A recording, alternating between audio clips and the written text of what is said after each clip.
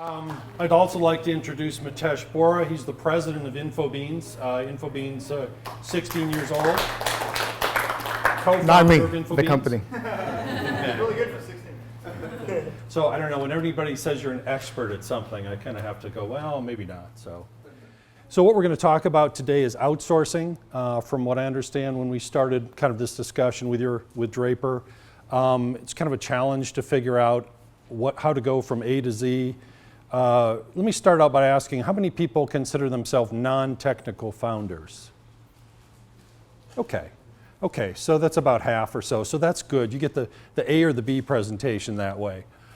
Technical founders, that's Mitesh is an engineer, and he's going to get into more of the meat of it and so forth. So what we're going to cover today is just a general outsourcing overview, MVP product development.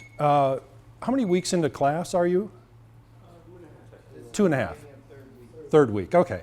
Okay, so you're probably just getting into the MVP product development and so forth.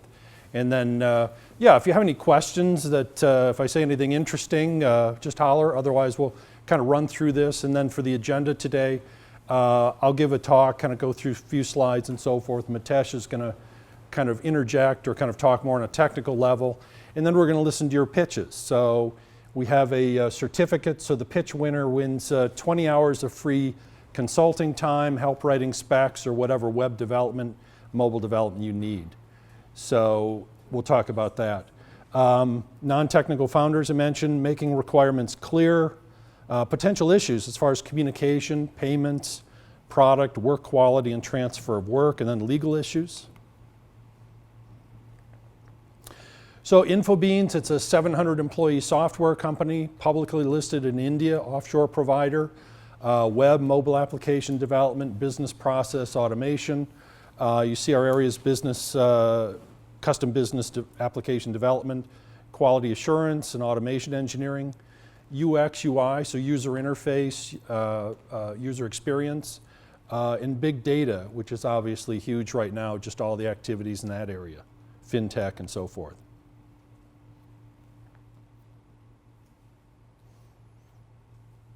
So the engagement models, how we work with different clients, and I just want to make this as useful as possible for you, kind of how to go forward.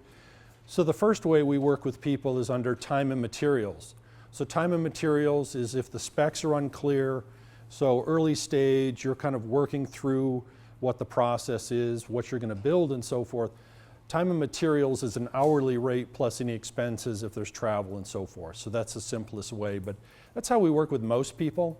Our largest client in the Valley, we have 80 people working on offshore. Another client, we have 110 people.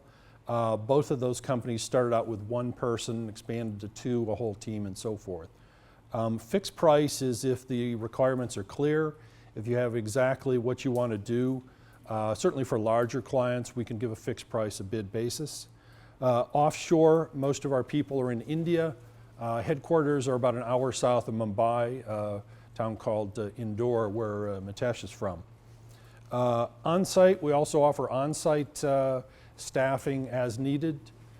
And then dual shore. Dual shore is where we have an offshore team, but we might have an on-site project manager. So as projects get bigger, relationships with companies where they're the ones that are actually manage the team in India, and they're going through the agile development or whatever the process is to work with a local team. Top reasons for outsourcing: reduce costs, focus on core services, improve quality, increase speed to market. It's much better, obviously, to have kind of people across the desk from you. If you've got a team of people, it's more efficient, but certainly kind of early stage, and then the cost of talent in the Valley right now, it's hard to find that talent. Foster innovation, access new skills or technologies. We run into that a lot where people are just looking for a different skill set that we can provide. Most frequent causes of outsourcing failures: buyers' unclear expectations, poor process control, poor communications is a lot of what we run into. You really need kind of weekly contact, what's going on, weekly project meetings, the same as you would in an office. but we don't really find it's that much of a difference in communications other than the time difference, say from San Francisco to San Jose. You just have to set clear expectations and so forth. Providers' poor performance happens, interests become misaligned. Sometimes the great thing about a startup is that it's iterative, it changes and so forth, but you have to make sure everybody's on the same page going forward, what the business direction is, what the value proposition, if there's any changes. Where do we start as far as product roadmap?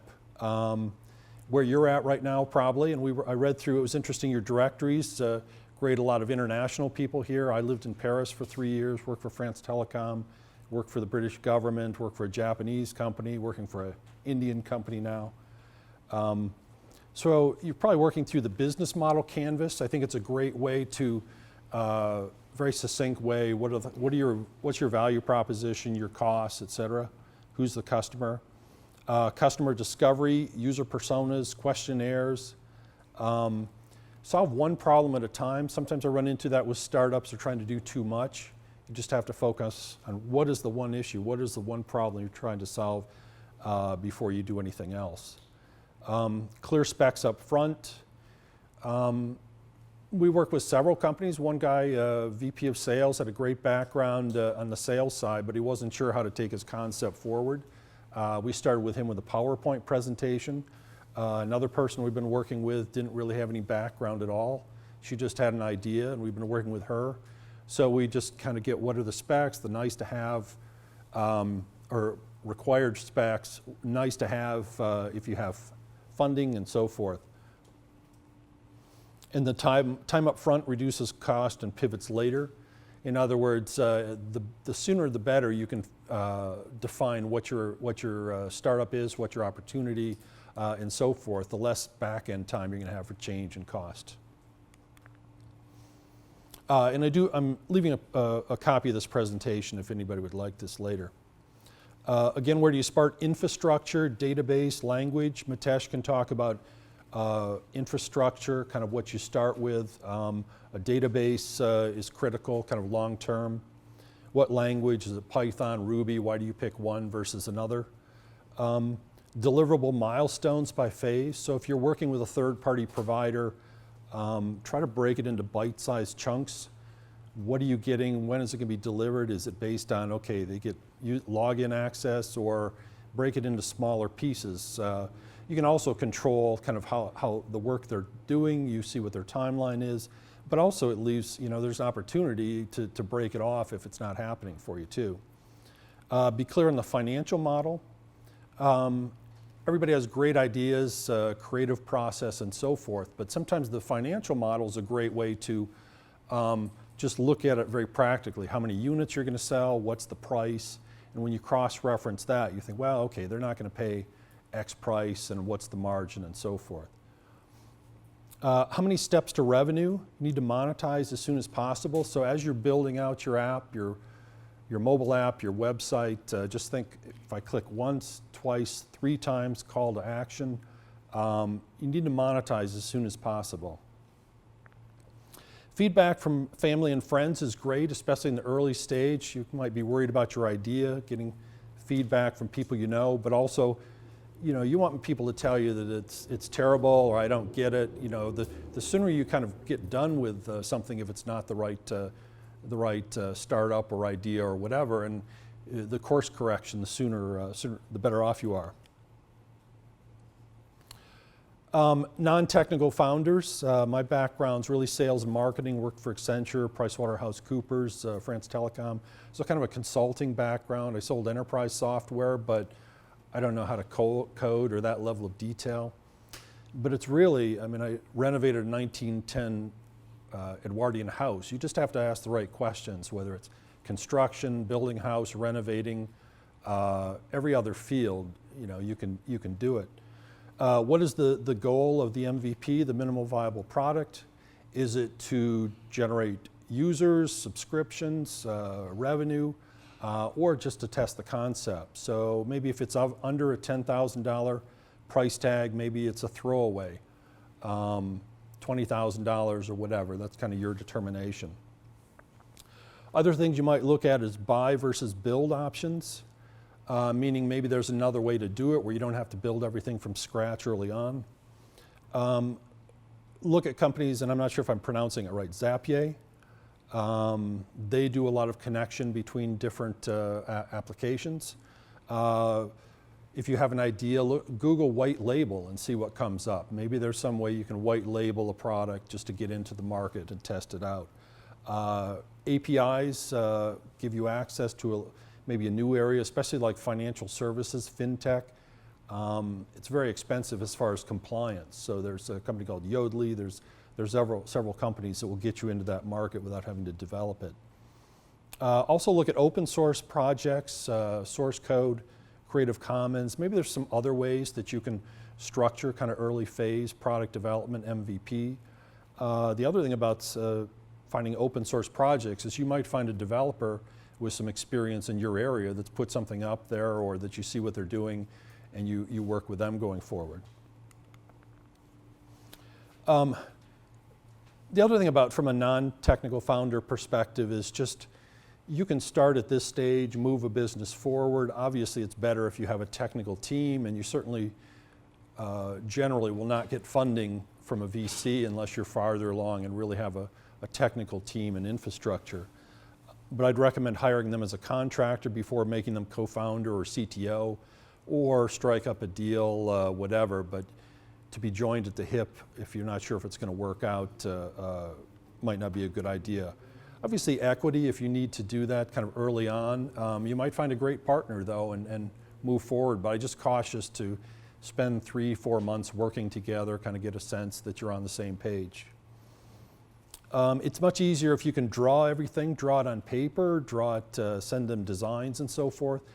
The clearer you are again on where you're going, what your vision is, the easier it is for everybody. Make it as detailed as possible and simplify it. So people come from startup ideas from different ways. Some are just storytellers and talk it through. This is another idea if you're familiar with concept development, mind map, or flowcharts.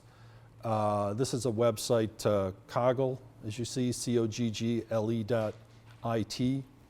So this is a mind map. You can use this for flowcharts, for homepage directions and so forth. Another one below it, Glyphy. Another way sometimes we see people working is from the wireframes. Some people are better. So what's that? I teach a class about it yesterday, about Mosaic. Oh, really? Yeah. Yeah, it's a good website.